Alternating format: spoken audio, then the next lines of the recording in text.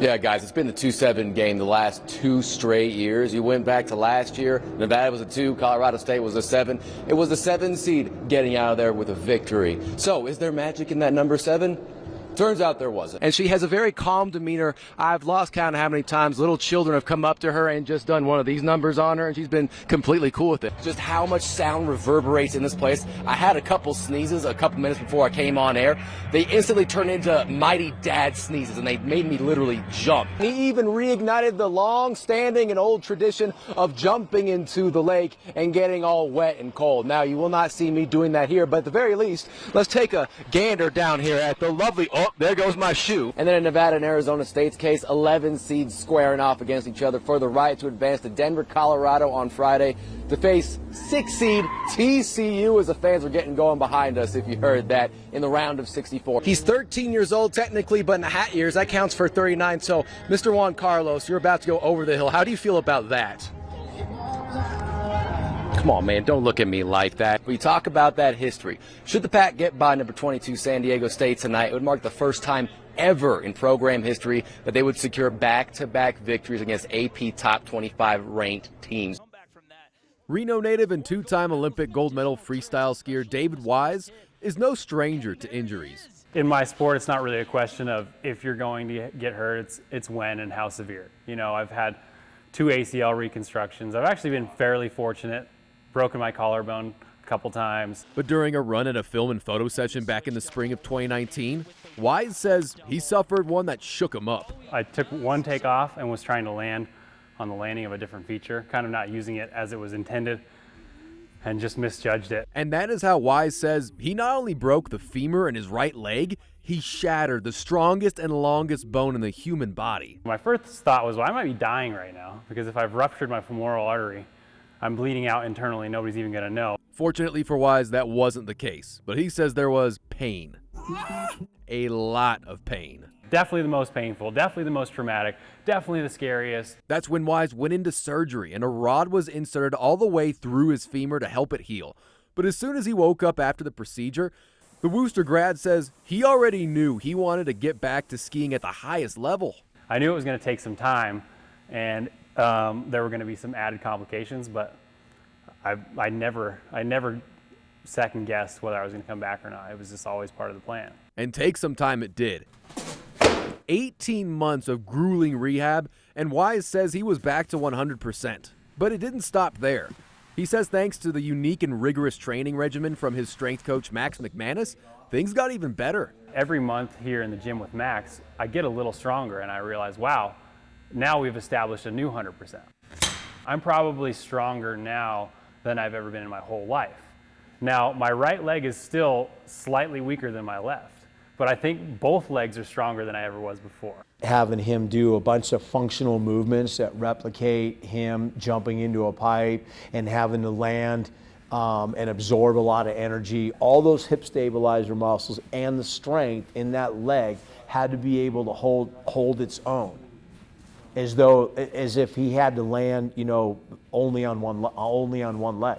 When Wise looks back on his journey, he says he realizes full well the sheer amount of people that helped him through his injury, recovery, and just life in general. He says any potential success in Beijing will be for all those folks in northern Nevada. Grade school on, people recognize something was different about this kid, and we want to let him do what he wants to do. So if I go and win another gold medal, it's not my gold medal, it's ours. It belongs to Reno. It belongs to my hometown. It belongs to my home people, the people who had my back along the way. Wise adds he has nothing left to prove, which he says may very well make him the toughest guy to beat in Beijing on the halfpipe. Andrew Nepsund, 2 News Sports. My dad was my everything. He was my role model, my best friend. Senior Bishop Minogue pitcher Luke Metzker had a special bond with his father J.K. growing up. Luke says he fondly remembers playing all kinds of sports with his dad in the backyard as a young boy.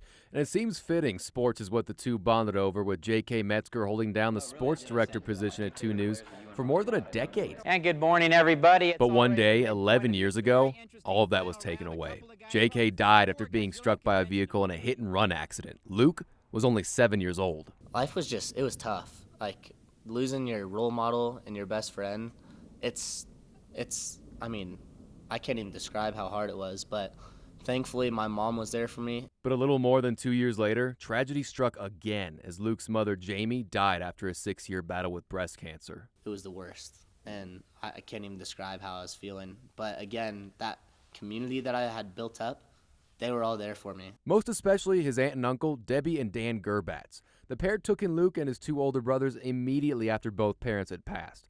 Luke says it didn't get any easier going through life without a mom or dad, but his aunt gave him some advice that's helped him to this day. My aunt has taught me that I can't just dwell in self-pity, and I gotta use my story to help others and to bring joy to others' lives. And I think that she has taught me that I gotta keep moving forward. That continuing on process for Luke hit a key point last month when the right-handed hurler says he went on a school retreat and performed what seemed to be a simple exercise on the surface, but it turned out to be anything but. It had a major impact on him. They asked us to write a letter. It didn't matter who it was to or what it was about, and something just moved me to write a letter to the man who killed my father. And I wrote him a letter, and while doing this, I realized that the hatred and spite that I had for him was just bringing me down. And honestly, at that moment, I was able to forgive the man who killed my dad, and it was the most freeing experience of my life. Maybe my rock bottom was not forgiving the man who killed my dad and holding on to that grudge.